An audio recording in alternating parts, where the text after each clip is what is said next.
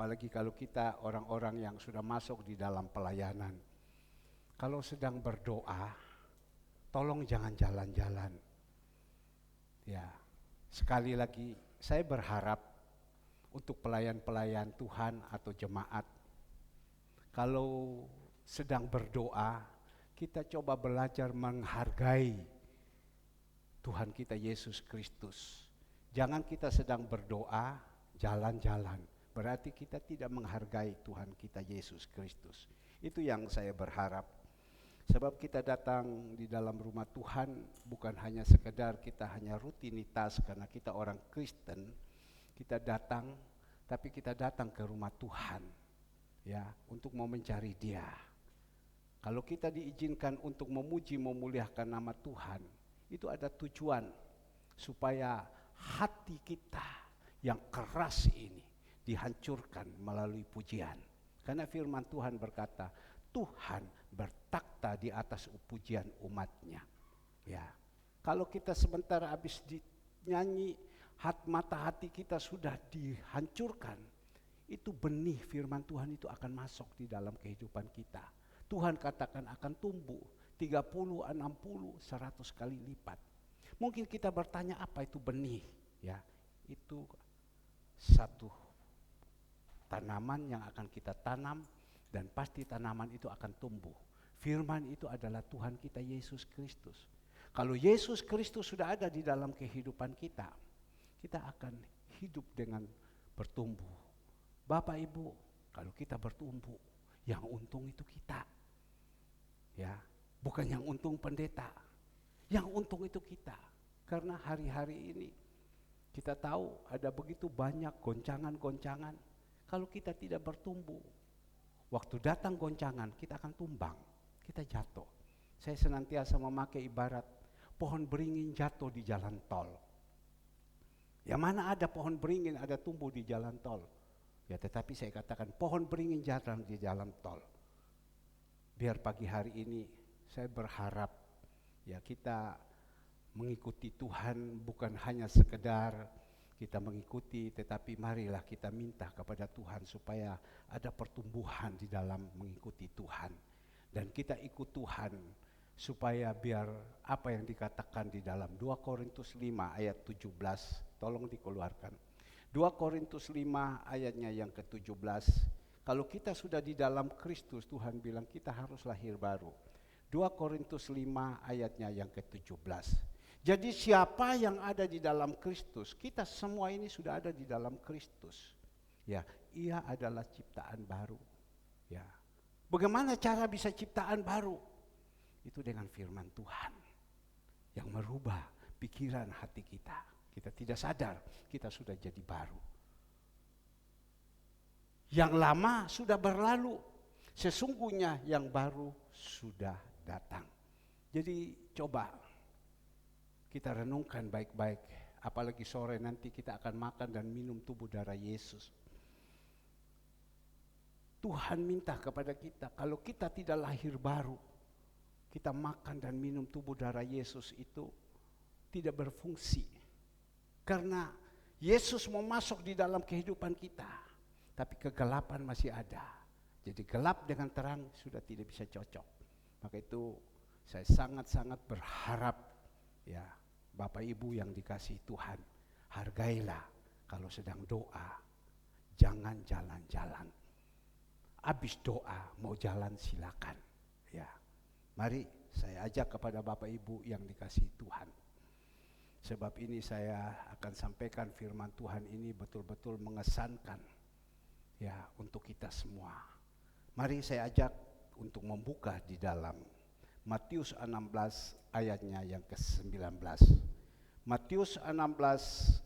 Lukas 16 ayatnya yang ke-19. Kita baca mulai 19 sampai dengan 31. Cukup panjang ya, tapi tidak apa-apa. Nanti saya akan berusaha menguraikan ayat demi ayat, ayat demi ayat ya, supaya kita mengerti. Saya berharap supaya firman Tuhan ini tidak akan kembali begitu saja. Firman Tuhan ini masuk di dalam kehidupan kita. Kalau kita menjadi yang benar dan kita tahu. di dunia kita diberkati, di surga itu juga kita dapat bagian. Haleluya. Orang kaya dan Lazarus yang miskin. Beberapa hari ini terus Tuhan percayakan untuk menyampaikan tentang orang kaya. Ya. Orang kaya dan Lazarus yang miskin. Ada seorang kaya yang selalu berpakaian jubah ungu dan kain halus. Setiap hari ia bersukacita dalam kemewahannya. Dan ada seorang pengemis bernama Lazarus, badannya penuh dengan borok, berbaring dekat pintu rumah orang kaya itu, dan ingin menghilangkan laparnya dengan apa yang jatuh dari meja orang kaya itu. Malahan anjing-anjing datang dan menjilat borok itu. Kemudian matilah orang miskin itu, lalu dibawa oleh malaikat-malaikat ke pangkuan Abraham. Orang kaya itu juga mati, dikubur. Dan sementara ia menderita sengsara di dalam alam maut, ia memandang ke atas dan dari jauh dilihatnya Abraham dan Lazarus duduk di pangkuannya. Lalu ia berseru, katanya, "Bapa Abraham, kasihanilah aku, suruhlah Lazarus supaya ia mencelupkan ujung jarinya ke dalam air dan menyejukkan lidahku, sebab aku sangat kesakitan dalam nyala api itu." Tetapi Abraham berkata, "Anak, ingatlah bahwa engkau telah menerima segala yang baik sewaktu hidupmu, sedangkan Lazarus segala yang buruk. Sekarang ia mendapat hiburan dan engkau sangat menderita." 26. Selain daripada itu di antara kami dan engkau terbentang jurang yang tak terseberangi, supaya mereka yang mau pergi dari sini kepadamu ataupun mereka yang mau datang dari situ kepada kami tidak dapat menyeberang. Kata orang itu, "Kalau demikian, aku minta kepadamu Bapa supaya engkau menyuruh dia ke rumah ayahku. Sebab masih ada 5 orang saudaraku, supaya ia memperingati mereka dengan sungguh-sungguh, agar mereka jangan masuk kelak ke dalam tempat penderitaan ini." Tetapi kata Abraham, dengar baik-baik, tetapi kata Abraham, "Ada pada mereka kesaksian Musa dan para nabi, baik yang mereka mendengarkan kesaksian itu." Jawab orang itu, "Tidak, Bapak Abraham. Tetapi jika ada seorang yang datang dari antara orang mati kepada mereka, mereka akan bertobat." Kata Abraham kepadanya, "Jika mereka tidak mendengar kesaksian Musa dan para nabi, mereka juga tidak akan mau diyakinkan sekalipun oleh seorang yang bangkit dari antara orang mati." Bapak Ibu yang dikasihi Tuhan, satu cerita dari firman Tuhan yang begitu indah. Tuhan kita itu Yesus Kristus baik. Dia senantiasa memberikan ingatan kepada kita. Bahkan juga senantiasa dia mengulang-ulang. Maka itu ada di dalam firman Tuhan, ada kitab ulangan. Supaya kita tetap kembali ingat. Di dalam satu cerita ini, sebelum kita belajar tentang orang kaya dan Lazarus yang miskin ini, beberapa saat kita sudah belajar terus, yang mana Tuhan Yesus memberikan perumpamaan-perumpamaan. Di dalam 2000 tahun yang lalu kepada murid-muridnya dia berikan perumpamaan-perumpamaan. Misalkan perumpamaan tentang anak yang terhilang. Dan banyak lagi perumpamaan-perumpamaan yang dia berikan supaya kita tahu Tuhan Yesus juga memberikan contoh dengan perumpamaan-perumpamaan. Bahkan juga beberapa waktu yang lalu Tuhan izinkan tentang bendahara yang tidak jujur. Dan kita tahu Tuhan katakan bendahara yang tidak jujur, dia akan dipecat, akan diambilkan semua apa yang menjadi titipan daripada Tuhan daripadanya. Tujuannya untuk supaya kita ingat, kita merenungkan Apakah kita ini juga jadi bendahara-bendahara yang jujur apa tidak? Supaya kita bisa sadar, kita bertobat. Karena kita tahu, kalau kita tidak jadi bendahara yang benar, Tuhan pasti pecat kepada kita. Tentu orang itu semua pada takut kalau dipecat Tuhan. Dipecat manusia tidak apa-apa, tetapi jangan sampai dipecat Tuhan.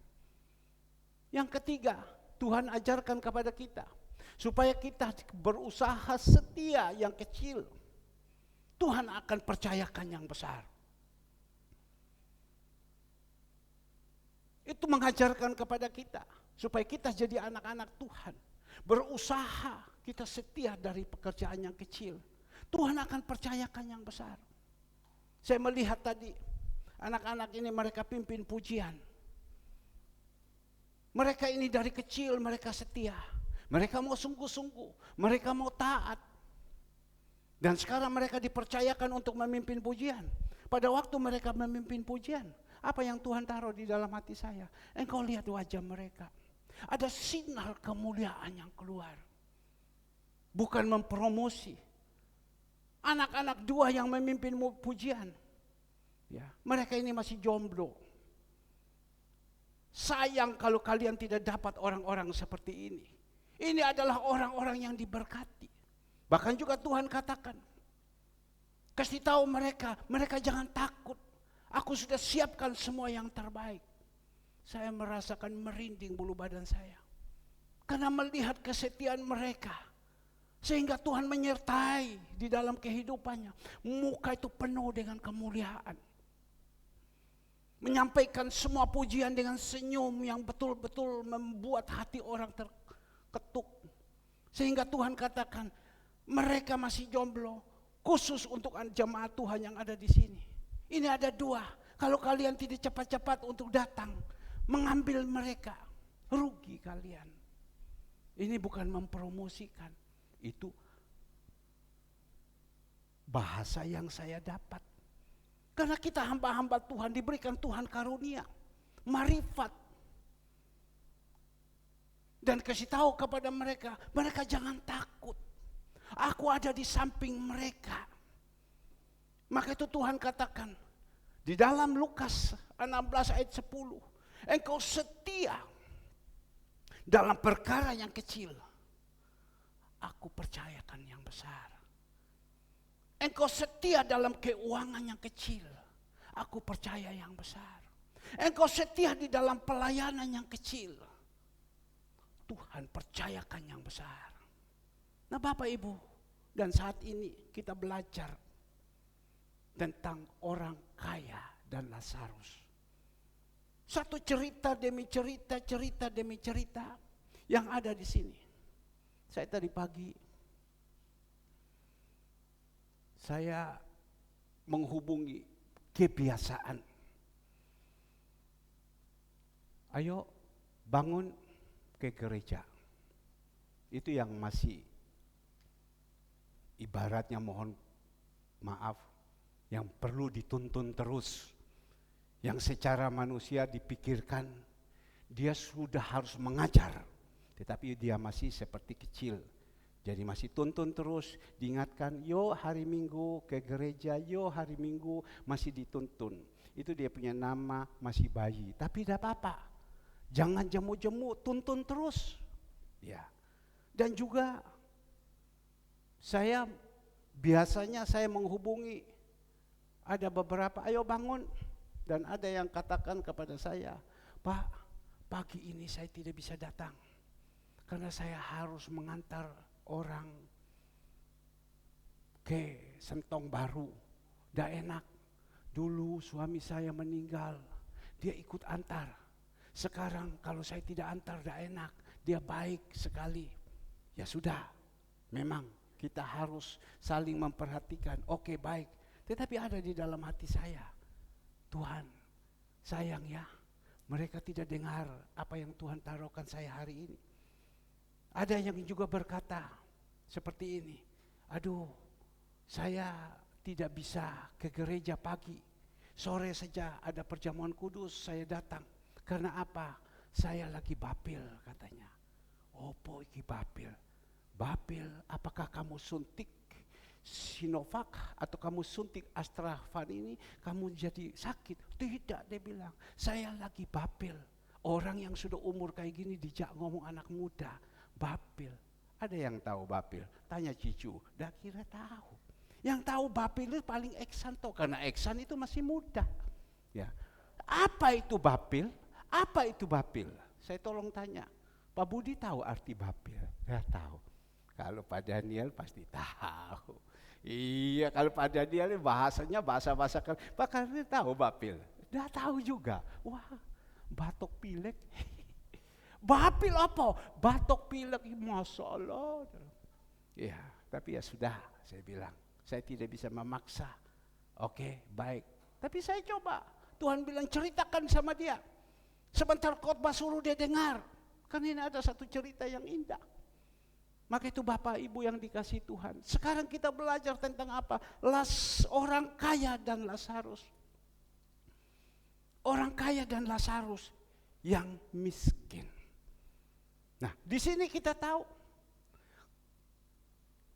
di dalam firman Tuhan ayat 19 dibunyikan seperti ini.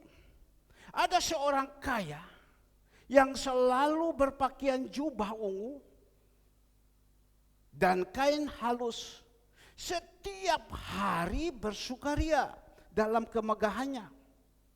Dan ada seorang pengemis bernama Lazarus, badannya penuh dengan borok, berbaring dekat pintu rumah orang kaya itu.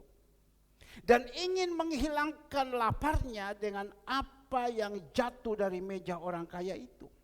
Malahan anjing-anjing datang dan menjilat borok itu. Kemudian matilah orang miskin itu, lalu dibawa oleh malaikat-malaikat ke pangkuan Abraham. Orang kaya itu juga mati, lalu dikuburkan, dan sementara ia menderita sengsara, pegang garis bawahi, di dalam maut ini. Ia memandang ke atas dan dari jauh dilihatlah Abraham dan Lazarus duduk di pangkuannya. Bapak Ibu yang dikasihi Tuhan, ini ada satu cerita. Kita tidak tahu ini juga perumpamaan atau mungkin kisah nyata. Tapi kita percaya firman Tuhan itu diizinkan kita membaca, diizinkan kita menyampaikan, izinkan kita mendengar. Itu semua pasti ada fungsinya, ada gunanya, agar supaya kita bisa merenungkan. Dan saat ini kita belajar dulu tentang orang kaya. Kalau kita ambil dengan terjemahan sehari-hari, tolong disiapkan. Terjemahan sehari-hari dikatakan orang kaya dengan Lazarus. Dikeluarkan. Ada seorang yang kaya, pakaiannya mahal-mahal dan hidup mewah setiap hari. Di pintu rumahnya diletakkan seorang miskin bernama Lazarus, badannya penuh dengan borok. Dikeluarkan. Orang kaya ini dia katakan bajunya mahal-mahal. Ya. Bahkan dikatakan orang kaya ini dia mendapatkan begitu kekayaan dan dia berfoya-foya dalam hidup ini. Bisa keluarkan. Ya. Dibesarkan sebab ini dengan ini tidak bisa ini. Ya. Dikeluarkan juga dari sini. Dikatakan di sini kita melihat seorang yang kaya, pakaiannya mahal-mahal dan hidupnya mewah setiap hari. Tidak salah. Apa tidak boleh kita kaya? Boleh. Bahkan dikatakan di dalam firman Tuhan di dalam 1 Samuel 2 ayat 6 ke 7. Itu orang kaya, orang miskin itu diberikan Tuhan. Orang mati dan orang hidup itu diberikan Tuhan. Jadi kita tahu semua kekayaan-kekayaan dan kemiskinan-kemiskinan itu Tuhan izinkan semua terjadi dan itu adalah Tuhan yang memberi. Tapi saya senantiasa berbicara kepada Bapak Ibu. Kalau Tuhan kita yang memberi kaya dan Tuhan yang memberikan kita miskin, itu karena Tuhan tahu bahwa orang ini saya akan memberikan dia kekayaan. Dan saya percaya dia kaya, Tuhan akan pakai kehidupan dia. Seminggu atau 2 minggu yang lalu tentang bendahara yang jujur. Tapi ada juga orang kaya yang diberikan, bukan dari Tuhan. Itu berikan dari kegelapan. Kita tahu banyak orang kalau sudah hari-hari sembayang, dia mulai pergi ke leluhur. Pergi ke sembayang kepada Tian Kong di seberang sana. Pergi untuk apa? Sembayang minta kaya. Bukan dia minta kaya daripada Tuhan, tetapi dia minta kaya dari leluhur-leluhur. Dan saya percaya kekayaan-kekayaan itu tidak membawa kekekalan. Kekayaan-kekayaan itu membawa dalam kebinasaan. Karena mereka tidak mengerti, dia datang di situ. Maka itu saya senantiasa ada kaya dari kegelapan, ada kaya dari keterang. Terang dari Tuhan, kegelapan dari setan. Tapi kita belajar di sini tanda orang yang kaya dari kegelapan. Dia egois. Sehingga dia katakan di dalam firman Tuhan, ada seorang kaya yang selalu berpakaian jubah ungu dan kain halus. Setiap hari ia bersukaria dalam kemewahannya. Ya. Bukan dia mendapatkan kekayaan itu. Oke? Kadang Tuhan katakan, aku akan memberikan kepada engkau 100%. Saya tidak minta banyak, saya hanya minta 10% aja kau kembalikan sama saya. Yang 90% ini untuk engkau. Tapi kita melihat orang kaya ini. Dia mendapatkan semua ini bukan untuk kemuliaan, tetapi untuk berfoya-foya di dalam hidupnya. Untuk berfoya-foya di dalam hidupnya. Kita belajar tentang bendahara yang tidak jujur. Dikatakan di sini, coba kita melihat kembali dulu. Di dalam Lukas 16 ayatnya yang pertama. Di situ perikop tulis di sini. Perumpamaan tentang bendahara yang tidak jujur. Dan Yesus berkata kepada murid-muridnya, ada seorang kaya yang mempunyai seorang bendahara. Kepadanya disampaikan tuduhan bahwa bendahara itu menghambur miliknya. Ya, menghambur miliknya. Jadi bukan dia dipercayakan jadi bendahara, dipakai untuk kemuliaan nama Tuhan, menolong orang-orang lemah dan lain-lain, tapi dia menghambur milik Tuhan itu untuk pribadinya.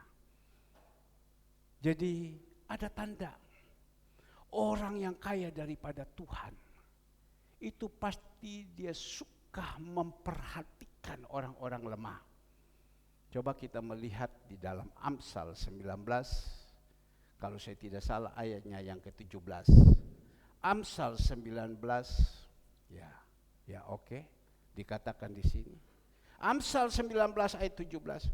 Siapa yang menaruh belas kasihan kepada orang yang lemah, memiutangi Tuhan yang akan membalas perbuatan itu. Jadi kita melihat orang kaya ini selama hidup diberkati begitu banyak, tetapi dia tidak pernah memperhatikan orang-orang lemah. Sedangkan Tuhan sudah ngomong memperhatikan orang-orang lemah itu mengutangi Tuhan. Mengutangi Tuhan. Tapi orang kaya ini tidak. Dia berfoya-foya. Membangun lumbungnya kurang, membangun ini kurang, segalanya semua. Dan dia mendapatkannya. Selesai habis begitu saja. Karena Tuhan katakan di dalam Lukas 16 ayat 2, Tuhan akan pecat orang-orang seperti ini. Berarti dia tidak berkenan. Tapi orang kaya ini cerita, pada waktu dia seperti itu, dia begitu kaya, ada datang satu cerita yang namanya Lazarus, orang miskin. Dia miskin. Tuhan katakan mau mencari makan saja susah. Ada berapa banyak orang miskin. Ya, sampai makan itu tidak ada. Bersyukur kita di gereja. Kadang ada orang menyumbang, beras, kita kasih orang yang susah. Ya, kita kasihkan orang susah, terutama jemaat. Tapi saya berdoa supaya jemaat itu semua diberkati. Jemaat juga bisa menjadi berkat bagi orang lain. Jangan tanda tangan toh. Kasih orang-orang yang miskin. Barusan kita tahu Paskah, ya, ada yang menyumbangkan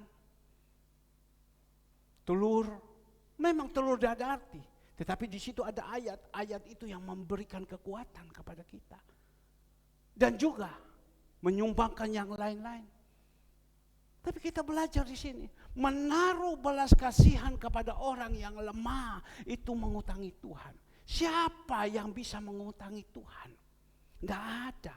Tuhan itu kaya, mempunyai langit dan bumi serta seisinya. Tetapi kita melihat Amsal Salomo tuliskan, kita menolong orang lemah mengutangi Tuhan. Tuhan mempunyai kerendahan hati yang begitu luar biasa. Hai anakku, kau tolong ini orang lemah, kau utangi. Saya sama saja saya utang sama engkau. Tuhan tidak pernah utang, tapi Tuhan bilang saya utang sama engkau. Maka itu Bapak Ibu yang dikasihi Tuhan, kita harus punya banyak pengertian firman Tuhan agar supaya kita tahu. Jangan sampai seperti orang kaya ini. Dia kaya hanya mementingkan diri sendiri. Dia kaya, dia egois. Maka itu kita melihat Galatia 5 ayat 19. Galatia 5 ayatnya yang ke-19 tolong dikeluarkan. Perbuatan daging telah nyata, yaitu pencabulan, kecemaran, hawa nafsu. Ini daging. Lanjut. Penyembahan berhala, sihir, perseteruan, perselisihan, iri hati, amarah, kepentingan diri sendiri. Ini digaris bawahi dulu. Orang yang punya hidupnya hanya mementingkan diri sendiri. Coba ayat 21. Bahwa barang siapa melakukan hal-hal yang demikian, ia tidak akan mendapatkan bagian dalam kerajaan Allah. Jadi orang yang mementingkan diri sendiri itu berarti hidup di dalam kedagingan. Kalau hidup dalam kedagingan, sekali-kala kalau kita pulang, jangan kita mimpi surga itu milik kita. Jangan kita mimpi. Saya sudah mengambil satu prinsip, jemaat Tuhan yang ada di sini. Pasti Tuhan taruh di dalam hati saya, mana yang sungguh-sungguh, mana yang tidak. Saya tahu itu surga itu adalah milik, itu kuasa Tuhan. Tidak ada yang tahu, tapi kita bisa tahu. Kalau orang yang tidak sungguh-sungguh, orang yang tidak setia, orang yang tidak mau berubah karakternya, dia tidak mau menjadi manusia baru. Jangan pernah mimpi kalau dia meninggal itu surga miliknya. Karena ini ayat sudah ngomong. Tidak ada tempat di kerajaan surga. Demikian ia tidak akan mendapat bagian dalam kerajaan surga. Kalau kita juga jadi manusia daging, manusia lama, juga pasti juga Tuhan tidak bisa memberkati di dalam kehidupan kita di dunia ini. Maka itu Bapak Ibu, apa yang dikatakan 2 Korintus 5 ayat 17. Kita harus bunuh manusia kita yang lama ini. Jadi manusia yang baru. Bagaimana cara untuk membunuh manusia lama ini? Ya melalui firman Tuhan ini. Ada kuasa yang merubah. Saya dari seorang pengusaha yang dulu jadi Kristen KTP. Selama saya ikut Tuhan, saya melayani, saya belajar dengar tuh, saya merasakan kok ada satu perubahan ya. Yang dulu saya inginkan ini waktu di dunia lama saya sudah tidak mau. Bukan tidak mau, saya takut. Berarti kan ada perubahan. Perubahan datang dari mana? Waktu kita dengar ini firman Tuhan.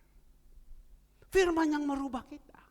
Maka itu kalau kita datang ke gereja firman Tuhan, kita dengar, kita tidur, itu dosa. Ya.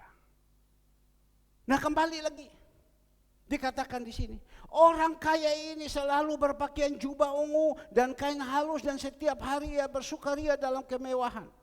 20, dan ada seorang pengemis bernama Lazarus, badannya penuh dengan borok, berbaring dekat pintu rumah orang kaya itu, dan ingin menghilangkan laparnya dengan apa yang jatuh dari meja orang kaya itu.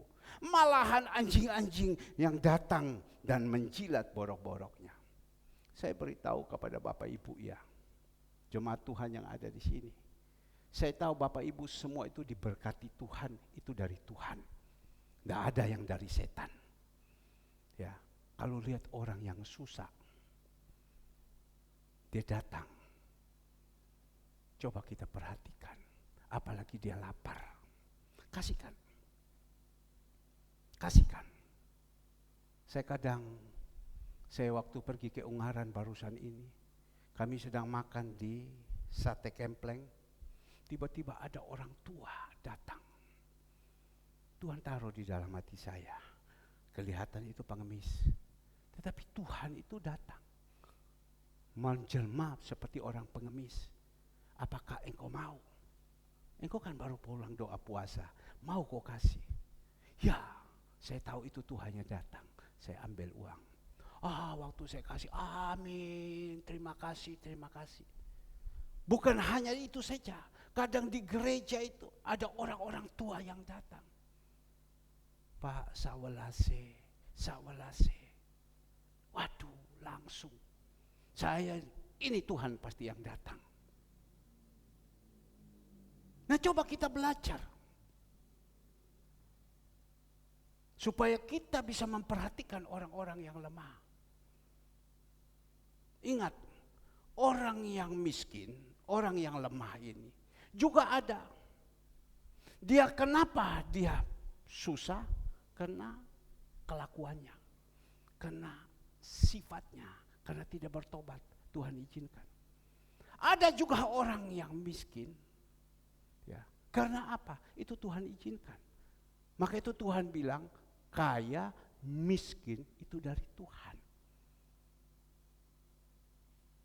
Maka itu Bapak Ibu yang dikasih Tuhan. Ini orang kaya pada waktu Lazarus yang miskin datang, dia dalam keadaan lapar.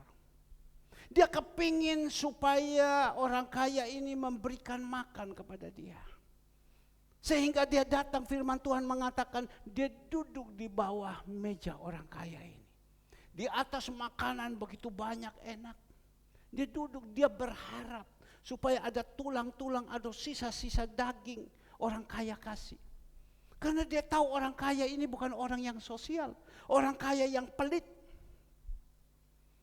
Tapi kita melihat orang kaya ini juga tidak memberikan atau menolong kepada orang yang miskin ini. Tidak berikan. Bahkan dia lepas biasa orang kaya.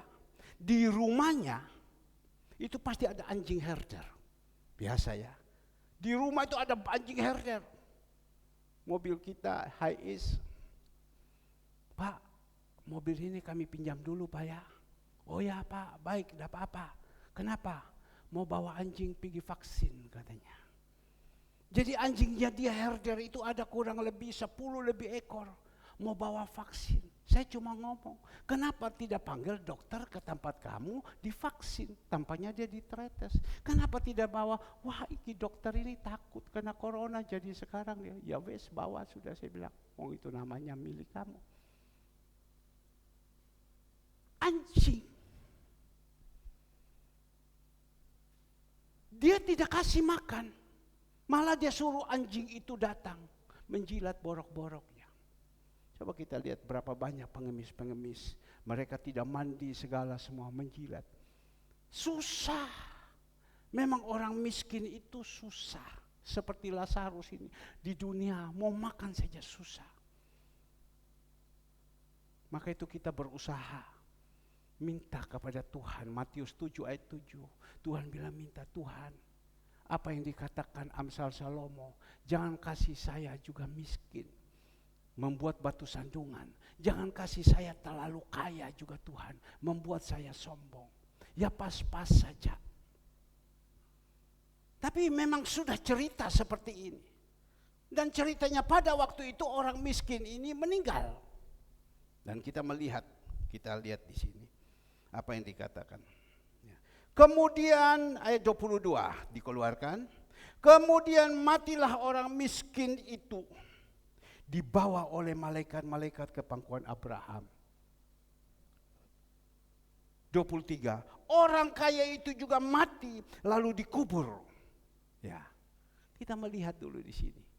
Di dalam ayat 22 dikatakan di sini, kemudian matilah orang miskin itu lalu dibawa oleh malaikat-malaikat ke pangkuan Abraham. Orang miskin meninggal, tidak ada yang lihat. Ya mungkin diambil, kalau namanya orang miskin diambil, dilepok, sudah di dalam tanah, dikubur saja sudah macam begitu. Tapi dikatakan di sini, saya renungkan baik-baik. Kemudian matilah orang miskin itu, lalu dibawa oleh malaikat ke pangkuan Abraham. Kita tahu ini Abraham, dia yang dipilih Allah. Dibawa, coba kita lihat terjemahan sehari-hari, tolong dikeluarkan.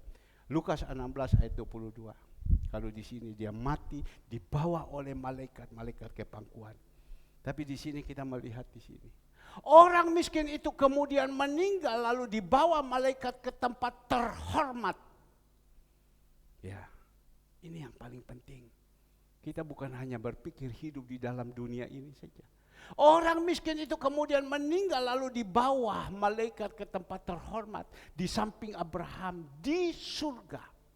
Orang kaya itu meninggal juga dan dikuburkan. Jadi orang yang meninggal, yang miskin ini dibawa sama malaikat kemana? Ke tempat yang terhormat.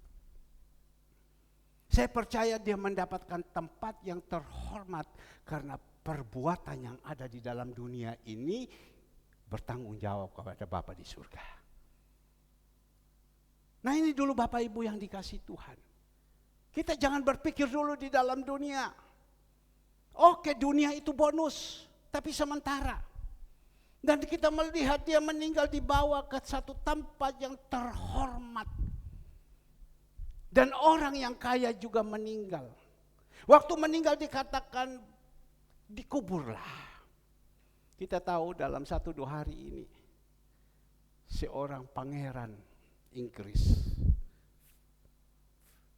kita tahu dia meninggal. Berapa hari ditaruh di tempat istana.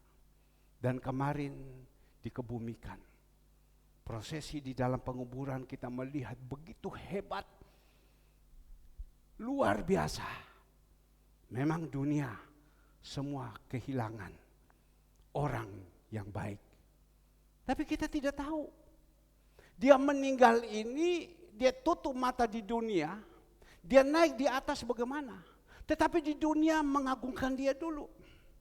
Bahkan dikatakan kemarin dalam proses penguburan, sesudah itu ada 2 minggu, ya, terus setiap hari memperingati. Ada pesta yang begitu luar biasa. Itu orang kaya, orang ada nama. Tapi kita melihat Pengkhotbah 12 ayat ke-7. Pengkhotbah 12 ayat ke-7 dikatakan di sini. Pengkhotbah 12, dan dari debu, dikubur dari debu, kembali menjadi tanah seperti semula, dan roh kembali kepada Allah yang mengaruniakannya. Dia dikebumikan, bagus itu. Tetapi rohnya ini langsung ke atas, menghadapi dan mempertanggungjawabkan perbuatan-perbuatan ini. Ini yang perlu kita renungkan. Dan kita belajar di dalam firman Tuhan ini. Dikuburkan. Orang-orang kaya itu kalau meninggal, wah luar biasa. Diperhatikan, apalagi orang yang punya nama. Orang yang senantiasa berbuat baik. Diperhatikan betul-betul. Saya teringat kakak ipar saya meninggal. Itu kerang bunga itu yang ada di Yasa. Itu dari ujung sampai ke ujung, dari mana aja. Ya. Tapi kita tidak tahu. Dia meninggal di dunia begitu luar biasa. Bahkan saya sudah tunjukkan kepada Bapak Ibu. Peti yang dipakai itu harganya 350 juta yang termahal. Tapi bagaimana rohnya? Saya mendengar pada waktu itu dia meninggal hari ketiga, dia ketemu dengan anaknya. Memang ada anaknya satu yang bisa melihat seperti itu. Dan banyak berbincang. Ya, saya tidak tahu berbincang apa. Saya sebenarnya mau tanya Mama Dope. Tapi ya Mama Dope ya tidak kenal, ya sudah. Mama Dope itu sebenarnya bisa berbincang juga. Pada waktu Pak Yopi Pati meninggal, Mama Dope sering berbincang, Noldi sering berbincang di belakang. Pak Yopi senantiasa bunyi mesin ketik, tik tik tik tik tik tik tik tik. Waktu hari pertama, hari kedua, Mama Dope coba lihat langsung, dia macam gitu, dia langsung, jangan Bapak, dia bilang, kenapa? Pak itu ada di situ. Dia bisa lihat. Ya, tapi itu menjelma menjadi seperti itu. Tetapi dia sudah berhadapan di atas. Nah, Bapak Ibu yang dikasihi Tuhan, meninggal banyak.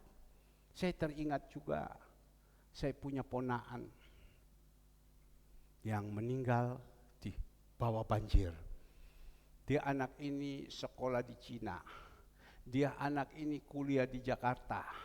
Dia anak ini banyak kecimpung mainnya di Jakarta, di Surabaya. Dan orang ini bisa menjalin hubungan yang baik dengan teman-teman. Pada waktu dia meninggal saya kaget. Kok kerang bunga begitu banyak? Itu kerang bunga itu di jalan raya di sana itu begitu banyak. Yang kirim dari mana? Dari Universitas Cina. Lu, dari mana lagi? Teman-teman kuliah yang dari Cina. Kan waktu meninggalkan dimuatkan di Facebook. Semua kan pada tahu. Langsung kirimkan kerang bunga semua. Dari Jakarta, universitas, teman-temannya. Dari Surabaya, teman-temannya. Saya membayangkan saya seorang pendeta. Kalau meninggal mungkin juga jarang orang kirim.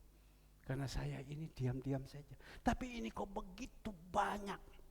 Pada waktu diantarkan ke pekuburan. Itu kembang itu begitu banyak. Penuh semua itu. Sampai beberapa bulan kembang itu belum hilang. Habis begitu saja. Cuma saya tidak tahu. Dia meninggal, ya sudah. Dari debu kembali ke tanah. Tapi roh ini bertanggung jawab. 2 Korintus 5 ayat yang ke-10. 2 Korintus 5 ayatnya yang ke-10. Coba kita melihat supaya kita tahu. Ya. Sebab kita semua harus menghadapi takhta pengadilan Kristus. Kita semua.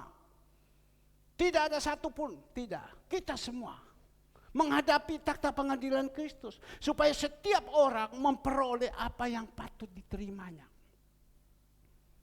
Apa yang patut diterima. Sesuai dengan yang dilakukannya dalam hidup ini. Baik ataupun jahat. Maka saya peringatkan kepada Bapak Ibu dan khusus untuk saya. Kita ada di dalam dunia ini jangan jadi manusia-manusia yang jahat. Ada berapa banyak suami-suami jahat sama istri. Ada berapa banyak istri-istri jahat sama suami. Ada berapa banyak orang-orang tua jahat sama anak. Ada berapa banyak anak-anak jahat sama orang tua.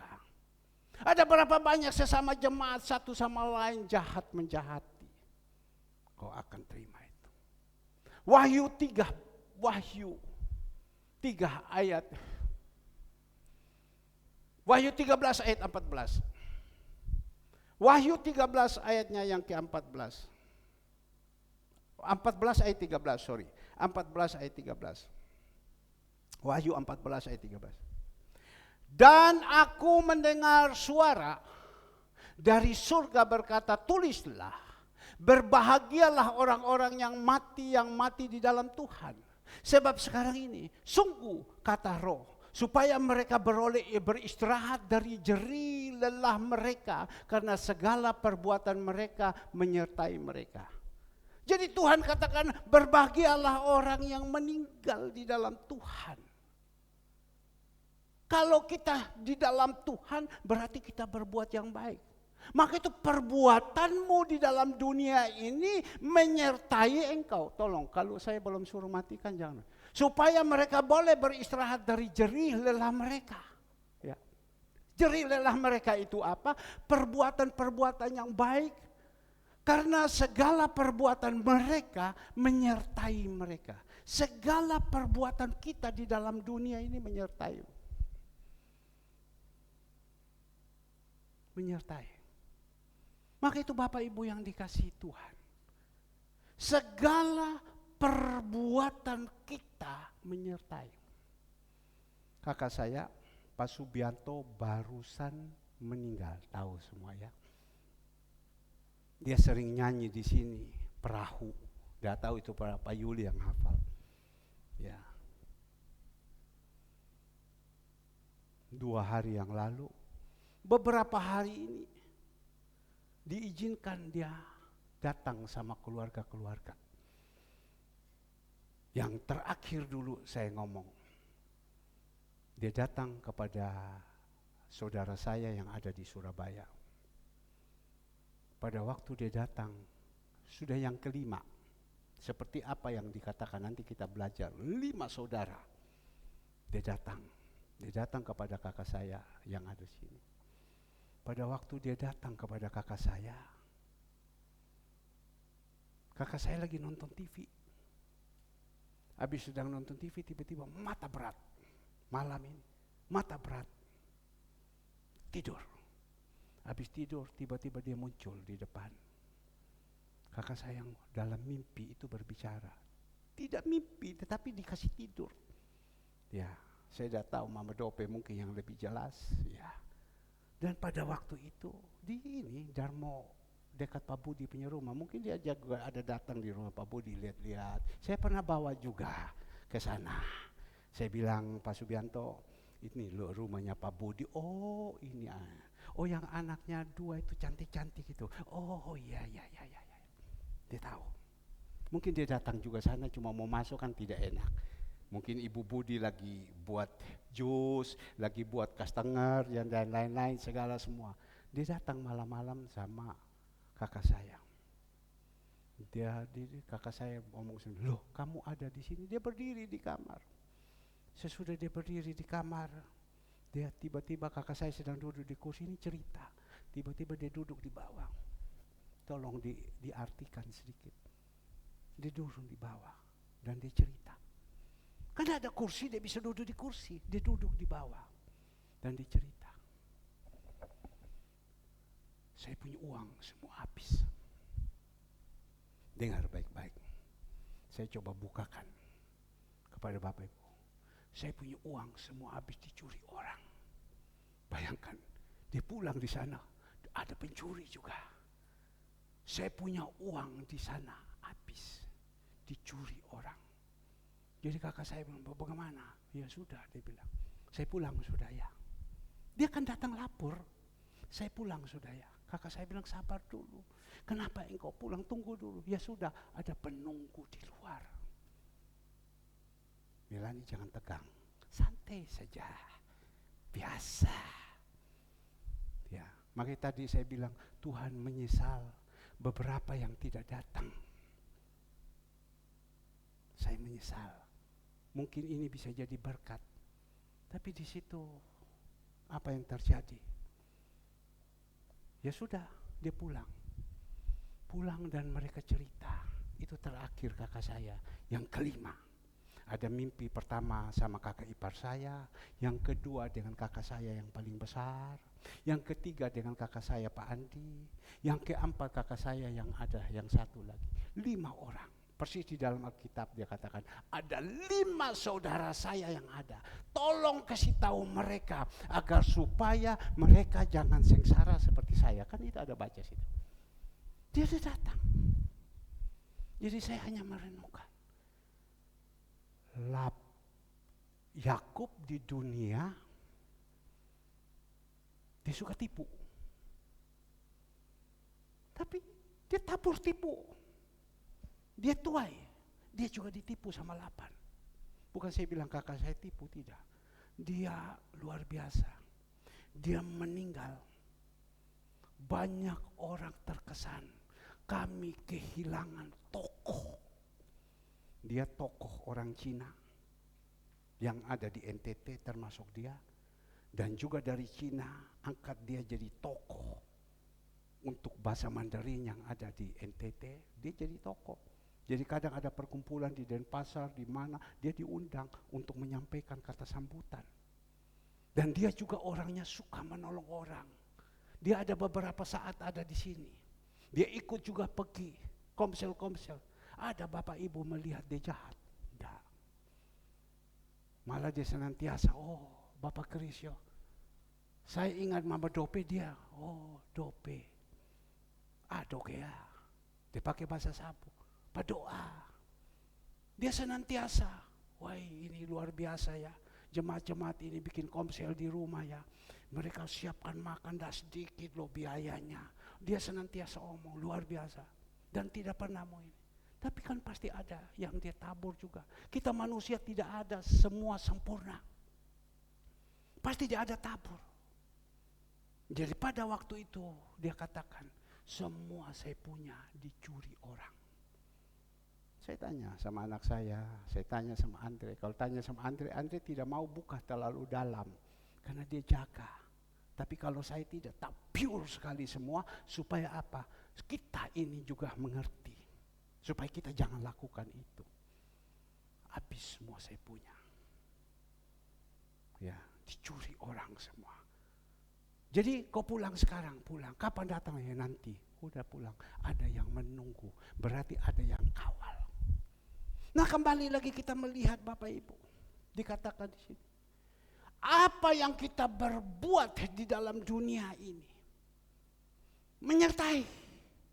Bahkan di dalam Galatia 6 ayat 9-10. Apa yang kau tabur itu tuai.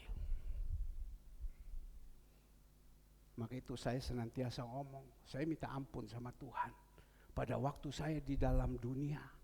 Saya waktu hidup di dalam dunia senantiasa saya tabur itu banyak yang tidak benar. Saya minta ampun sama Tuhan. Tuhan ampun saya Tuhan.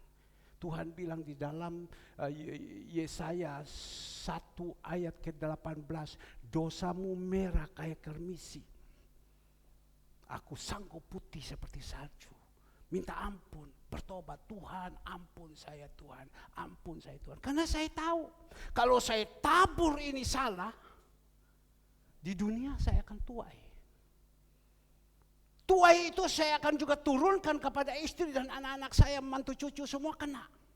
Karena tabur. Tapi juga saya tabur yang salah di dunia. Akhirat itu juga. Uang saya dicuri semua.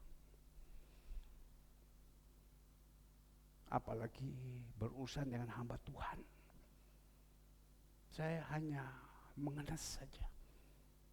Saya berbicara, karena ini masuk YouTube kecil saja saya bicara. Tabur. Dia tidak salah. Dia kan kepingin mau sukses, mau maju.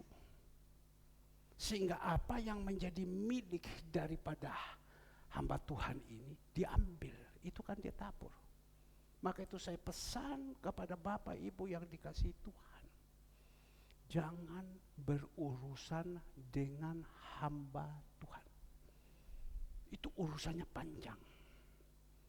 Tapi saya dapat seperti ini, saya langsung bagikan kepada keluarga. Saya bagikan. Ini loh kamu lihat. Ada yang bisa terima, ada yang tidak bisa terima. Jadi kembali lagi. Menyertai dalam hidup kita. Saya pesan jemaat Tuhan. Kalau kita sekarang sudah mengikuti Tuhan, bahkan sudah melayani Tuhan. Masih ada di dalam hati kita yang jahat. Kita tabur yang jahat terus. Sekarang kita dengar sore ada makan perjamuan kudus. Tobat. Tobat. Saya berdoa. Perkataan ini punya kuasa. Tobat. Saya juga harus tobat. Sebab apa? Kita melihat ada taburan. Semua dia bilang yang ada di benih. Padahal dia waktu meninggal tidak kasih uang. Cuma hanya peti tok masuk. Kainnya di atas ditutup itu kain sumba. Dikasih oleh bupati. Karena mengingat kebaikan dia. Dia memberikan kain satu dia tutup. Ya. Nggak ada. Mana ada uang. Cuma saya melihat dia bawa Sepatu yang dari Itali, anaknya beli. Sepatu yang dari Itali, masih baru dipakai. Sabuk dari Itali, anaknya yang beli, kasih ke dia. Jam tangan juga.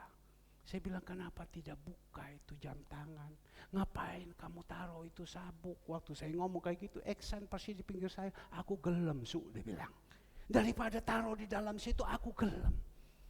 Sepatunya saya lihat sepatu baru. Jam tangan, aku gelem, Eksan bilang. Iya, saya waktu di Ungaran duduk, Eksan bilang, kau taruh gunung sudah ada itu kena gini, aku gelem lah kasih. Tapi ya namanya masing-masing. Nanti istrinya dengar, noai, pancin emang. Aku gelem.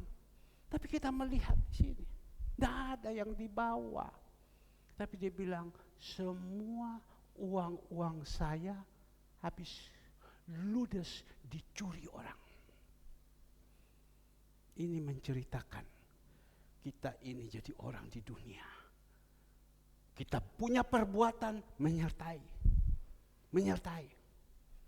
Jadi tolong kita yang ada di sini, jemaat Tuhan, berbuatlah yang baik. Taburlah yang baik. Jangan tabur yang jahat. Berapa banyak ini? Tabur yang jahat semua. Jangan, tidak boleh. Tabur yang baik. Tapi saya percaya kita di sini, semua ini tabur yang baik. Berusaha. Nah, kita melihat Bapak Ibu, apa yang terjadi? Dikatakan di sini. Kemudian matilah orang miskin ini ada di pangkuan. Saya berpikir, kok bisa ya dia meninggal, kok ada di pangkuan.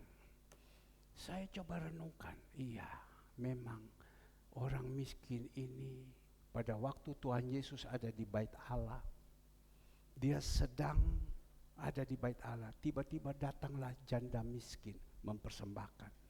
Datang juga orang kaya. Murid-murid pengikutnya ngomong, Tuhan mana yang berkenan? Janda miskin ini memberi yang berkenan atau orang kaya ini? Tuhan bilang janda miskin. Karena apa? Dia percaya. Meskipun dia uangnya habis, dia memberikan di dalam kekurangan. Biasanya wajar orang-orang miskin itu kalau tidak ada, ya sudah dibilang saya tidak ada, saya mau untuk makan. Tapi dia punya iman. Maka itu kalau kita meninggal, adakah iman? Percaya kepada Tuhan. Dia punya iman. Saya memberikan, di dalam kekurangan pun saya berikan. Tetapi kalau orang kaya ini memberikan, dia berikan dalam kelebihan. Jadi Tuhan bilang, yang benar itu persembahan dari janda miskin ini. Dia memberikan itu dengan iman. Kita ingat pada waktu Elia pergi di Sarfat, dia kan ketemu janda. Janda ini betul-betul miskin. Dia ngomong kepada janda ini yang ada di Sarfat, apa yang kau punya? Saya hanya punya tepung dan segenggam tepung dan minyak sedikit. Saya akan bikin makan bersama anak saya, sesudah itu kami meninggal. Tapi karena engkau yang suruh, lihat dengar baik-baik. Karena engkau yang suruh, aku persembahkan untuk engkau. Bawa sini. Karena dia punya iman. Memberikan kepada seorang Elia yang hamba Tuhan ini. Saya berikan. Tapi kita melihat pada waktu dia berikan. Itu waktu itu pundi-pundi yang ada di situ itu segala yang ada itu kosong. Tapi karena dia punya iman, Tuhan bisa rubah. Tuhan taruh di dalam hati saya juga. Berapa banyak anak-anak Tuhan di sini yang tidak pernah memberikan perpuluhan. Jangan bilang saya berbicara perpuluhan. Saya tidak, tapi tiba-tiba Tuhan muncul. Berapa banyak anak-anak Tuhan yang di sini tidak pernah memberikan perpuluhan. Padahal itu uangnya Tuhan. Karena apa? Saya tahu. Karena Bapak Ibu berpikir, saya punya gaji 5 juta. Kalau saya kasih perpuluhan berarti 500 ribu. Berarti sudah kalung 4,5 juta. Tidak salah. Saya harus bayar cicilan panci. Saya harus bayar uang sekolah. Saya harus bayar ini, bayar ini. Mana cukup. Jadi saya tidak kasih. Justru karena kita tidak percaya. Maka itu kan ada orang, Pak saya mau ke gereja Pak tapi tidak punya uang. Saya kan ngomong, engkau di gereja tidak pernah engkau berbuat apa-apa. Kok juga tidak punya uang? Kelihatan marah. Ya sudah, itu memang rohaninya seperti itu. Saya bilang, Ivon tolong tangan itu. Kenapa? Dia tidak percaya. Tapi saya lihat, ada orang yang percaya. Dia terima itu gaji. Tahu itu kurang.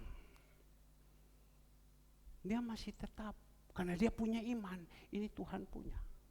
Saya pinggirkan. Kurang lebih masa bodoh, yang penting iki Tuhan punya dulu. Plak, terima gaji saat ini daripada kalung langsung ambil, plak, itu Tuhan punya. Karena dia punya iman. Tapi ada orang yang lain. Dia berpikir mana cukup. Kalau engkau berkata tidak cukup, selamanya engkau tidak akan cukup. Kurang terus. Saya melihat orang untuk memberikan perpuluhan 20.000 aja susah. Berat dia mau kasih karena dia berpikir kurang. Maka itu kita senantiasa diajarkan, Pak kok gereja omongnya tidak. Ini satu pelajaran. Dalam berbicara bahasa ini Tuhan ajarkan. Nah Bapak Ibu yang dikasihi Tuhan, dia tidak percaya. Maka itu Bapak Ibu yang dikasih. Kemudian matilah orang miskin itu, lalu dibawalah malaikat ke pangkuan Abraham. Karena orang miskin ini betul-betul yang dari Tuhan izinkan. Dan pada waktu dia miskin, pada waktu dia susah, dia berharap kepada Tuhan. Bapak Ibu yang dikasih Tuhan, ingat. Orang Tuhan itu datang ke dunia cari orang yang sakit, bukan cari orang yang sehat. Ada berapa banyak orang, dia mengantarkan istrinya untuk datang ke sini doa pagi. Lalu saya bilang, kenapa tidak masuk dia? Pak, ada enak Pak, lagi sakit Pak. Nanti mengganggu. Saya bilang, pada waktu engkau sakit itu kau datang sama Tuhan. Tidak enak Pak. Datang naik sepeda motor bisa. Tapi mau datang ibadah tidak mau. Nah ini juga Tuhan cemburu. Dan saya katakan kepada istrinya, engkau yang mengerti firman, ngomong kepada suamimu. Tuhan Yesus dari itu orang sakit. Ada berapa banyak orang kalau enak badan, waduh sudah, tidak mau ke gereja. Justru kita sakit ini kita datang, Tuhan ini. Maka itu di dalam Matius 11 ayat 28, marilah hai anakku yang letih, lesu, berbeban berat, datanglah kepadaku. Pak saya lagi susah Pak, lagi ini. Tuhan bilang marilah datang kepadaku. Datang kepadaku. Aku akan memberikan kelegaan. Kuk yang kuberikan itu ringan. Berapa banyak anak-anak Tuhan seperti itu. Maka itu perlu dirubah itu mindset. Dan kita melihat lagi kembali. Orang kaya itu meninggal. Dikeluarkan. Orang kaya itu meninggal. Apa yang terjadi? Kemudian matilah 23 orang kaya itu juga mati lalu dikuburkan dan sementara ia menderita sengsara di alam maut. Jadi orang kaya waktu meninggal dikuburkan. Sesudah itu dikatakan dia menderita di alam maut. Saya berpikir kok langsung orang kaya ini dikuburkan langsung menderita. Ya pasti dia tidak tulis. Karena dia harus menghadapi takhta pengadilan Kristus. Perbuatannya dia. Justru itu dipanggil malaikat. Ini sudah ada nama. Namanya siapa? Yo Langsing. Coba lihat di komputer. Tidak ada nama. Tidak ada nama di komputer. Dicari di situ tidak ada nama. Rapotnya merah semua. Orang rapot itu biru. Maka itu kita hidup di dalam dunia ini adalah sekolah. Ujian. Berikan rapot yang biru. Diperiksa di situ. Semua merah. Saya teringat pada waktu dulu saya sebagai baru pertama kali masuk sebagai dipanggil Tuhan jadi hamba Tuhan. Ada satu hamba Tuhan dari Timor datang. Dia bilang, Bapak, saya pernah dipanggil Tuhan menghadapi Tuhan. Saya pada waktu itu dibukakan semua Bapak. Dulu saya ini pembunuh Bapak. Bunuh orang, ada di dalam. Saya kaget. Waktu saya curi ayam, ada, saya kaget. Waktu saya curi kedondong, ada, saya kaget. Pada waktu saya membunuh orang, ada, semua ada yang saya buat ini ada. Aduh, kok tercatat semua. Jadi kita sekarang yang ada di dalam dunia ini, apa yang kita perbuat itu tercatat semua. Tidak ada satupun yang tertutup. Semua terbuka, Tuhan katakan telanjang di mata Tuhan. Dan kita melihat, waktu pulang orang kaya ini, tidak ada namanya. Malaikat masukkan dia. Ibrani 9 ayat 27. Ibrani 9 ayat 27. Dan sama seperti manusia ditetapkan untuk mati hanya satu kali saja. Dan sesudah itu apa? Dihakimi. Manusia hanya mati sekali saja. Tetapi kalau Tuhan mati, hari ketiga dia bangkit. Kalau kita manusia mati hanya sekali saja. Dan sesudah itu dihakimi. Dihakimi. Dan dia dihakimi. Orang kaya, ternyata orang kaya ini pelit. Orang susah dan mau bantu. Dan mau hidupnya dijadikan bendahara-bendahara yang baik. Yang namanya kaya dari setan. Ya pasti macam begini. Sayang loh tidak datang semua ini. Maka itu kita melihat. Tidak ada nama di atas. Sehingga pada waktu itu dikatakan, kembali lagi. Ya, dia katakan saya sangat menderita. Tolong dikeluarkan. Saya sangat menderita di dalam ayat 23. Orang kaya itu juga mati lalu dikubur dan sementara ia menderita sengsara di alam maut. Ia memandang ke atas. Tuhan itu ada di atas. Waktu dia menderita, kita sekarang belum menderita. Tapi orang kaya sudah ngomong, menderita betul-betul. Dia menghadapi di atas. Dan dari jauh dilihatlah Abraham dan Lazarus duduk di pangkuannya. Waktu dia menderita di atas itu. Kalau saya mau melihat di Markus 9 ayat 42, 43, 44. Tentang orang yang menyesatkan anak-anak kita. Itu orang yang menyesatkan, Tuhan bilang kalau tangannya menyesatkan, potong satu tangan. Daripada dua tangan dia masuk surga. Kalau si umpama, coba dikeluarkan. Kalau si umpama ayat 44, Markus 9 ayat 44. Kalau si umpama matamu menyesatkan, cukil satu mata. Karena apa? Di dalam ayat 44 kita melihat. Saya baca 43. Dan jika tanganmu menyesatkan engkau, penggallah. Karena lebih baik engkau masuk ke dalam hidup dengan tangan kudung. Daripada dengan utuh kedua tangannya dibuang ke dalam neraka. Ke dalam api yang tak terpadamkan. Lanjut 44. Nah ini. Di tempat itu ulatnya tidak akan mati dan apinya tidak akan padam. Ini menceritakan neraka. Di tempat itu ulat tidak akan mati. Berarti ulat itu dibakar hidup-hidup tidak akan mati dan api itu tidak padam. Jangan kita sepelekan ini. Berarti sengsara kekal. Api itu tidak pernah mati. Dan kita dibakar hidup-hidup seperti ini. Sekarang kita di dalam dunia sih oke-oke saja. Sengsara. Sengsara. Saya ingat, sekarang saya lagi menginjil. Karena Tuhan taruh di dalam hati saya. Kakak ipar saya yang paling besar. Saya mungkin sudah cerita, tetapi saya akan ulangi lagi. Sama-sama kita menyikapi baik-baik. Ini kakak saya meninggal, dia membawa berkat untuk kita. Hari ketiga, dia pulang. Memang kita tahu itu sudah menjelma jadi kegelapan. Dia sudah berhadapan kepada Bapa di surga. Tetapi juga ini kita renungkan ini untuk baik. Malam-malam tiba-tiba kakak ipar saya yang perempuan yang paling besar, dulu dia yang mendidik banyak sama David. Di situ dia punya hotel. Tiba-tiba datanglah kakak saya Pak Subianto. Waktu dia lihat Pak Subianto datang, itu pintu pagar dia tutup. Pak Subianto pegang tangannya. Diam. Langsung Pak Subianto masuk. Pegang tas ecolak. Kebiasaan Pak Subianto. Dia masuk di hotel, di muka pintu situ. Dia buka tas ecolak.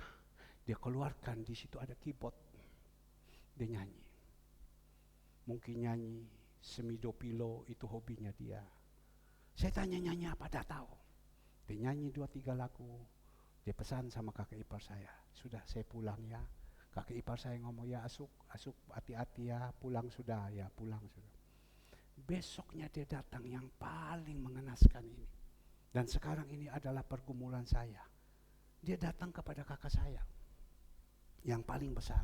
Kakak saya ini jarang mimpi dan tidak pernah mimpi tentang dia. Dia datang, kakak saya bilang, saya ini baru tidur. Tiba-tiba plak masuk. Mimpilah saya. Saya jalan dengan dia berdua, pergi ke Israel. Nah, dengar. Saya berjalan dengan dia pergi ke Israel. Pada waktu kami jalan pergi ke Israel, di situ dia bilang, kamu tunggu di sini, saya mau masuk dulu ke Israel. Jadi kakak saya tunggu di mobil sendiri. Dia pergi mau masuk ke Israel. Pada waktu dia masuk pintu di Israel itu dia ditolak. Dia ditolak. Pada waktu dia ditolak, ini kakak saya cerita. Pada waktu dia ditolak, dia keluar. Ada 10 orang algojo yang ada di belakang dia. Dan pada waktu itu kakak saya bilang, dia sedang pikul kayu. Bukan kayu-kayu kecil. Kayu persis pohon kelapa ini. Panjang 6 meter. Dia pikul, baru kakak saya bilang, pikul berdiri lagi itu kayu. Coba lihat. Jadi kayu itu biasanya kan pikul begini. Ini tidak, dipikul berdiri itu kayu 6 meter. Dia pikul itu kayu. Menceritakan kesengsaraan. Dia pikul, dia bilang, kenapa dia harus begini? Menceritakan sengsara. Satu, ditolak masuk di Israel, Yerusalem. Kedua, di situ kita melihat ada kesengsaraan. Dia pikul itu kayu. Kayu itu 10 dia pikul. Coba bayangkan ini kelapa ini. 10 pohon kelapa ini. 6 meter dipotong, dipikul semua di sini. Saya ingat pada waktu itu di Cina ada dikasih tunjuk. Anak-anak perempuan pergi turun ke hutan potong kayu. Dorang pikul itu kuat. Menceritakan sengsara. Dan pada waktu itu kakak saya ngomong, aduh kasihan dia. Dia datang, dia datang di pinggir kakak saya. Dia tidak omong, dia diam. Ini menceritakan penderitaan. Dan kakak saya tanya, kenapa kok saya yang ditunjukkan tentang ini? Sekali lagi, kenapa saya yang ditunjukkan ini? Karena firman Tuhan kita melihat di sini. Lukas 16 ayat 25. 26 boleh kita baca. Selain daripada itu di antara kami engkau terbentang. 27. Kata orang itu, kalau demikian aku minta kepadamu Bapa supaya engkau menyuruh dia ke rumah ayahku. Sebab masih ada 5 orang saudaraku. Supaya ia memperingati mereka dengan sungguh-sungguh. Agar mereka jangan masuk kelak ke dalam tempat penderitaan ini. Ada 5 saudara. Dan dia katakan di dalam 29, tetapi kata Abraham, ada pada mereka kesaksian Musa dan para nabi. Baiklah mereka mendengar kesaksian itu. 30. Jawab orang itu, tidak Bapa, ini orang kaya Abraham. Tetapi jika ada seorang yang datang dari antara orang mati kepada mereka, mereka akan bertobat. Diizinkan orang mati yang datang. Jadi kakak saya bilang, kenapa kok mimpi ini kok sama saya? Saya bilang, karena apa? engkau mendapatkan kasih karunia. Supaya engkau bertobat. Loh, kakak saya bilang, saya salah apa? Mereka itu kan orang sekolah Cina. Ya Tuhan lah. Ke gereja lah, pergi ke gereja. Tapi tidak mempunyai pertobatan khusus. Sebelum rokok, tetap rokok. Bahkan dia katakan begini, wah kamu udah tahu, UAS dia ceramah, Yahya Waliloni dia ceramah, Zulkarnain ceramah, kalau mati ada 49.000 bidadari yang menunggu kita. Mohon maaf, kita diizinkan untuk di sana. Kalau di dunia jarang dapat perawan. Kalau di atas itu perawan terus. Sekarang kita buat perawan, jangan perawan terus. Jadi enak, dia bilang lebih baik kita mati syahid saja. Ya saya bilang kalau begitu sekarang kau minta orang punya bom, besok kau pergi bom aja di gereja sana. Supaya gini. Dia pikir itu sudah disesatkan dengan itu. Tapi saya masuk terus. Saya injili terus dia. Tiap hari pagi dia mesti cari saya, siang dia mesti cari saya, sore dia mesti cari saya. Dia hanya berbicara tentang ini. Maka itu Bapak Ibu yang dikasihi Tuhan, kalau pagi hari ini kita mendengar, mungkin kita bertanya, Pak Subianto itu kok sampai macam begitu? Dia berbuat dosa? Tidak, dia orang itu begini.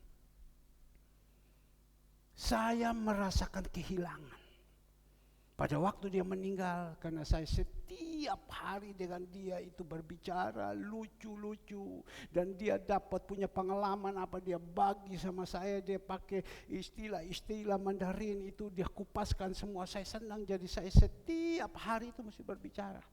Pada waktu dia meninggal, dia punya istri ngomong apa? Ayi, sekarang susah ya, tidak ada teman bicara lagi ya. Tapi kenapa Pak dia bisa seperti begitu? Dia seperti kita ini.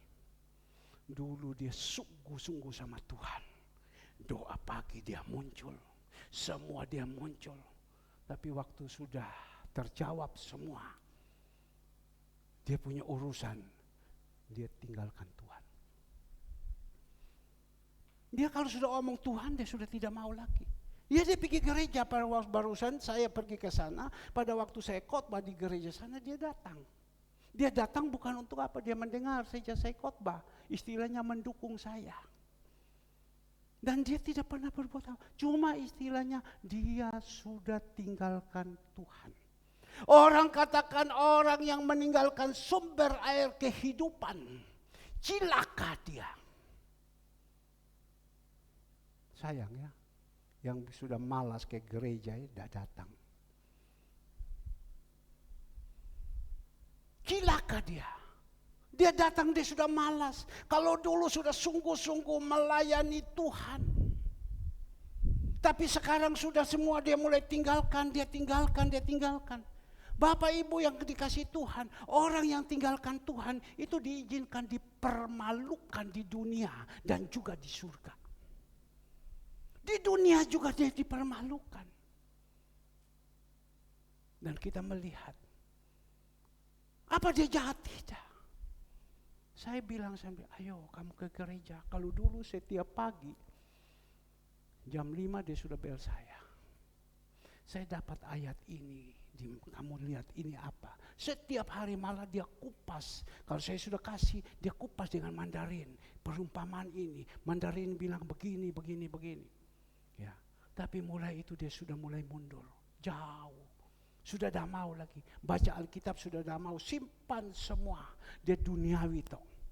Dan kita melihat akhir daripada itu, ditolak.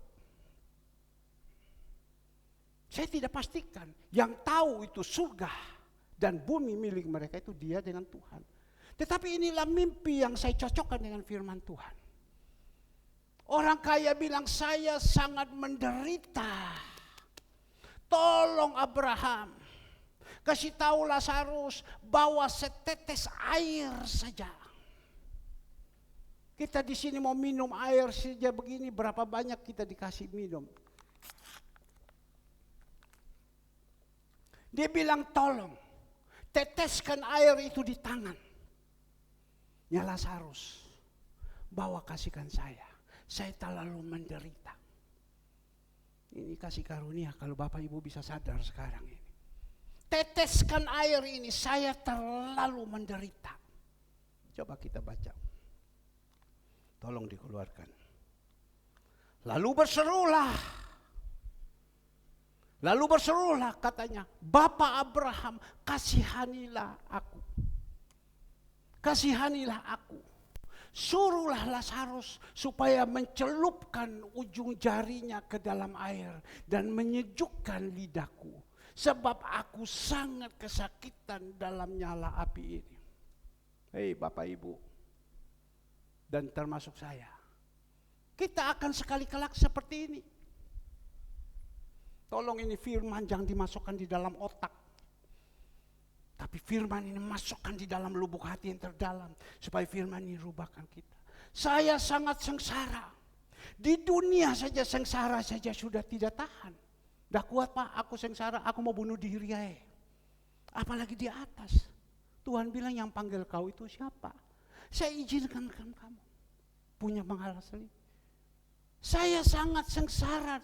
Tolong celupkan, orang kalau tidak ada air itu susah. Menyejukkan lidahku, hanya minta lidah saja. Lidahku. Sebab aku sangat kesakitan dalam nyala api ini. Kita lihat di dalam ayat 25, apa yang dikatakan. Tetapi Abraham berkata kepada anaknya, ingatlah bahwa engkau telah menerima segala yang baik sewaktu hidupmu. Memang orang kaya. Enak kan di dalam hidup semua baik. Ini ada, ini ada, ini ada. Tetapi dia katakan di sini. Sedangkan Lazarus segala yang buruk. Sekarang ia mendapatkan hiburan dan engkau sangat menderita. Ya lebih baik kalau kita senang di sini. Marilah kita membagikan kesenangan itu kepada orang-orang yang membutuhkan kan. Berbuatlah yang baik. Jangan kita jadi orang yang ego. Engkau selama di dalam dunia hanya senang untuk kau saja. Berpesta porang. Ada berapa banyak orang seperti itu. Dia hanya mendapatkan tumpuk di lumbung dia. Tumpuk di lumbung dia. Sudah penuh dia bilang saya mau buat lagi gudang yang besar. Tumpuk lagi, tumpuk lagi. Dapat itu bagikan. Bagikan. Ada berapa banyak orang. Saya merenungkan. Kadang kita di dalam gereja untuk membayar listrik. Uang tidak ada. Tapi saya melihat orang yang bukan miskin, tidak. Yang sederhana. Di antara jemaat. Yang sederhana. Gereja kita tidak ada yang miskin. Amin. Semua sederhana. Sederhana. Mereka juga punya kebutuhan. Mereka ikut ambil bagian. Oh iya ya. Saya merenungkan ini. Tadi malam ini firman. Saya tanya sama Andre kamu lihat Papa. Ini orang yang lemah. Orang dalam kekurangan mau lakukan.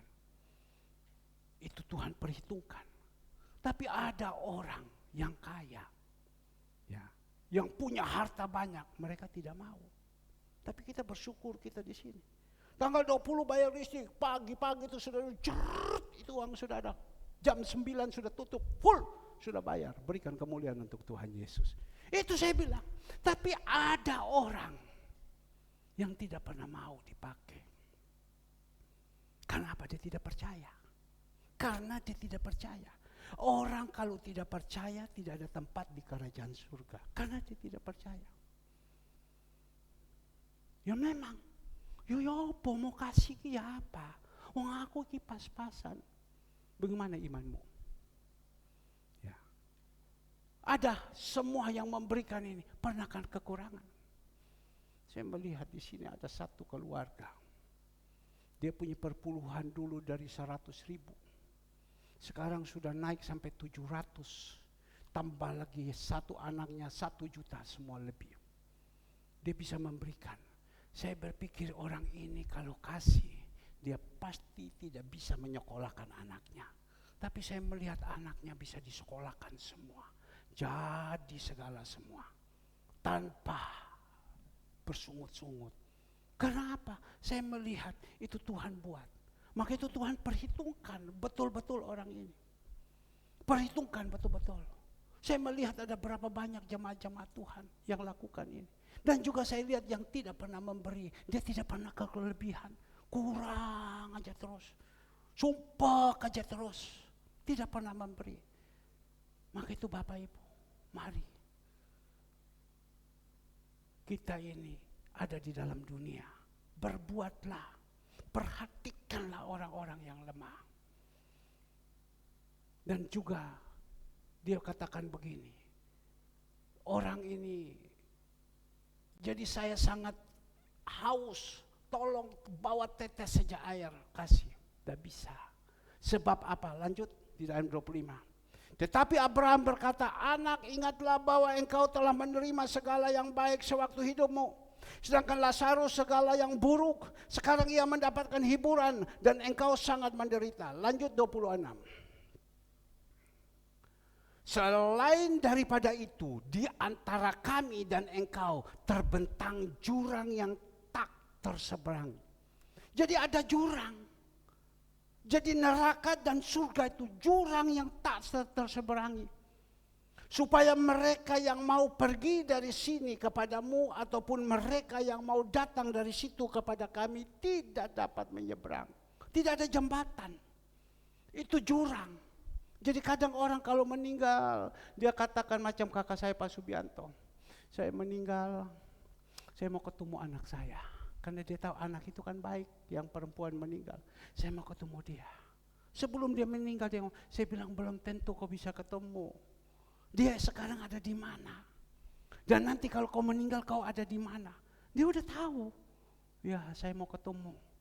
Anak itu hondui, anak itu anak perempuan baik.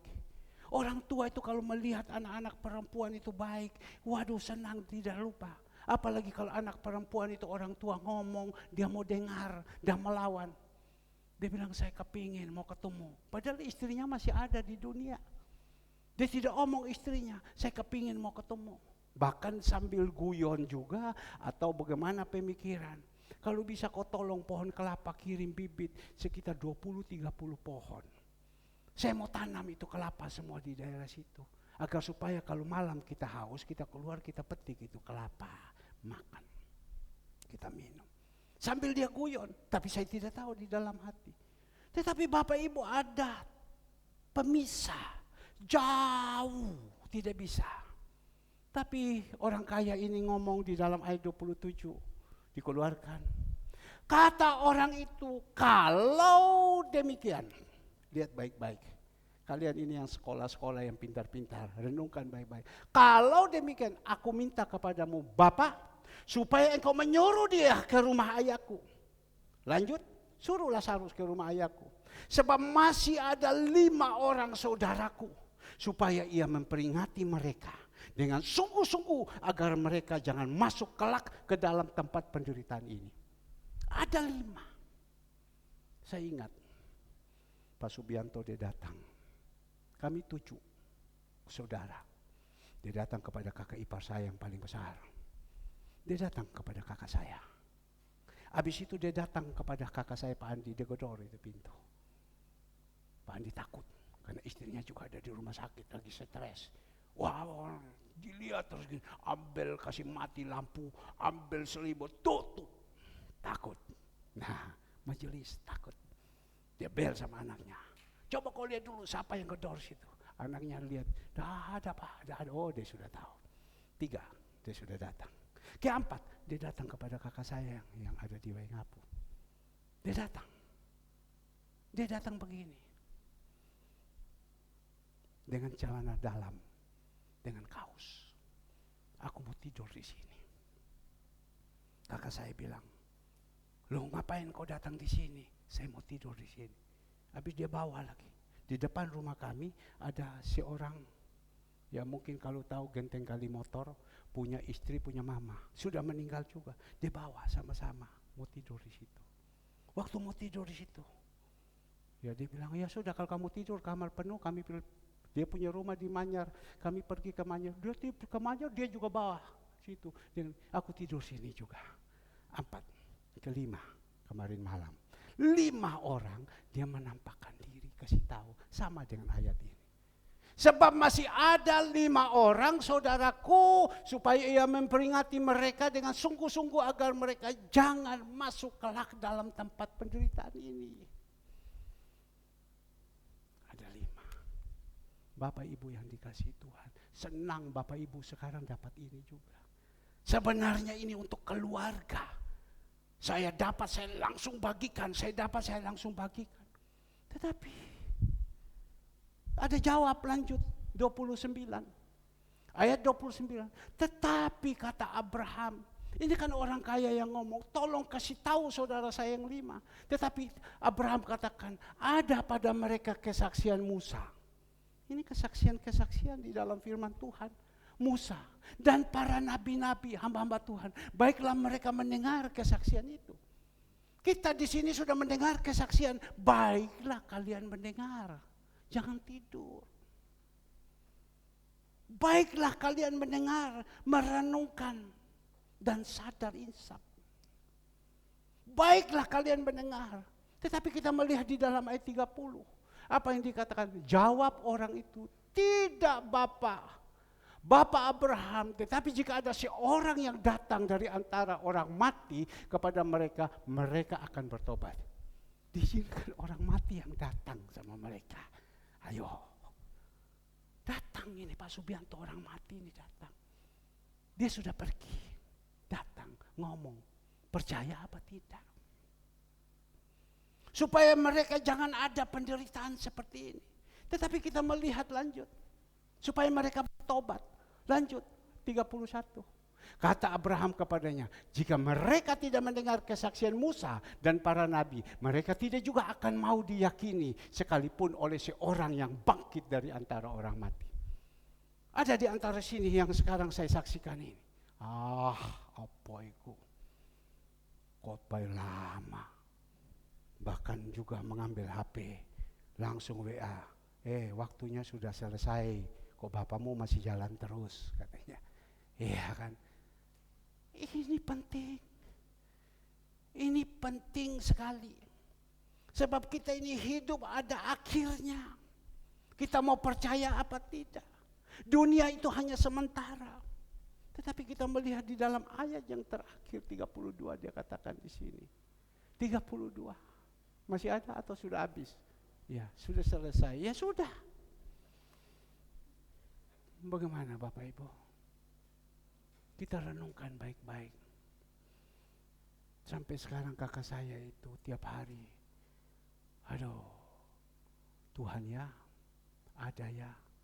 Bahkan dia lihat kehidupan saya. Saya melihat kamu kok tenang ya. Saya ini jenuh. Saya ini pusing. Kenapa? Kakak saya yang paling besar. Setiap hari kalau dia sudah bangun pagi, dia jalan pagi. Sesudah dia jalan pagi, dia harus duduk di toko. Dan kalau dia duduk di toko harus di meja uang. Berarti kan uang kan? Kadang orang kalau tidak ada uang kan pusing, stres. Dia ada di meja uang. Dan di meja uang itu uang banyak. Hitung, dia kasih ingat kalau dia bagi gini. Tapi dia sumpah aku. Di meja uang dia sumpah. Mari itu dia sumpah, dia lari kemana? Dia lari ke hotel. Dia punya hotel. Dia lari ke hotel. Dia duduk di hotel. Hotel itu banyak tanaman besar, itu hotel, dia duduk santai. Dia mau minum, makan, apa semua dia tinggal teriak. Dia datang video call sama saya.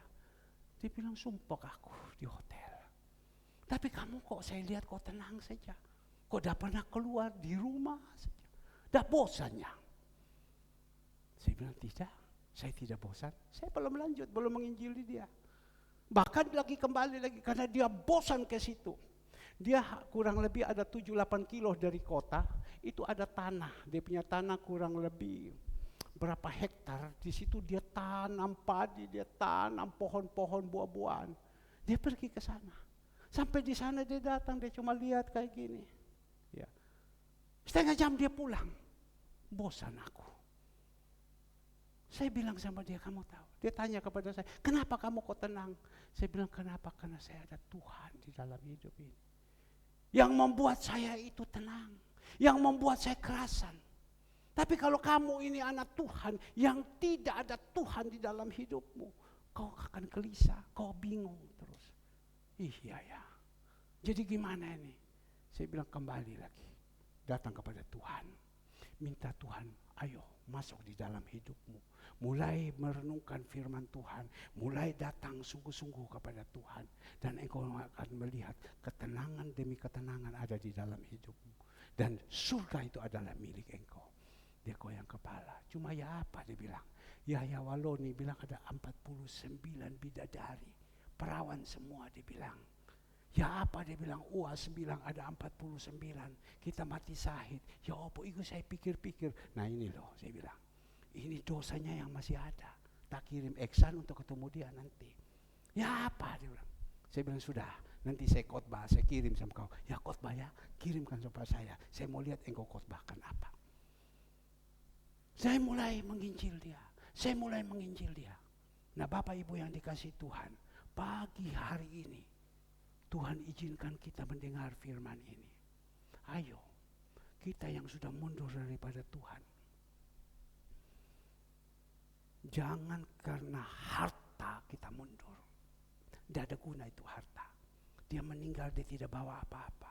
Singgah saja di rumahnya tidak bisa. Singgah saja di tempatnya dia punya usaha tidak bisa. Singgah saja semua. Pulang kembali ke atas. Dia bawa apa? Tidak ada. Cuma hanya bawa sepatu yang dikasih. Itu sepatu jadi busuk. Yang hanya dia bawa apa? Sabuk. Sabuk sudah jadi busuk. Yang dia bawa itu jam. Jam sudah mati. Tidak ada gunanya. Tapi kita melihat. Tidak bawa apa-apa. Surga itu. Doakan Bapak Toga Sirait. Bapak Toga Sirait bilang kemarin saya doakan dia. Dia bilang, Pak, aku ini. Dokter bilang tidak apa-apa. COVID ini sudah tidak ada. Tidak menjangkit. Tetapi saya sudah ada kuat, Pak.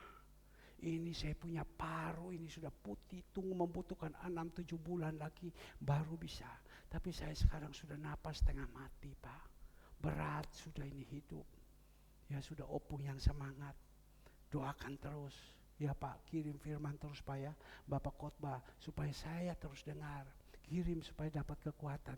Opung yang kuat ya. Opung di rumah dengan siapa sendiri Pak. Loh, kok bisa sendiri? Iya. Malam Yohan pulang. Pagi dia datang. Urus sama saya makan. Dan sekarang orang banyak sudah tidak mau dekat sama saya. Takut karena apa? Takut karena berjangkit COVID. Jadi saya sekarang si orang diri. Maka kita tolong Eksan sebentar pergi menginjil dia di sana. Amin. Mari. Saya minta pemusik, singer. Ya, kan tidak lama kan? Ya, haleluya. Sudah habis, selesai. Sore kita akan makan dan minum tubuh dan darah Yesus. Ayo, kita siapkan. Pemusik, singer. Ayo kita siapkan.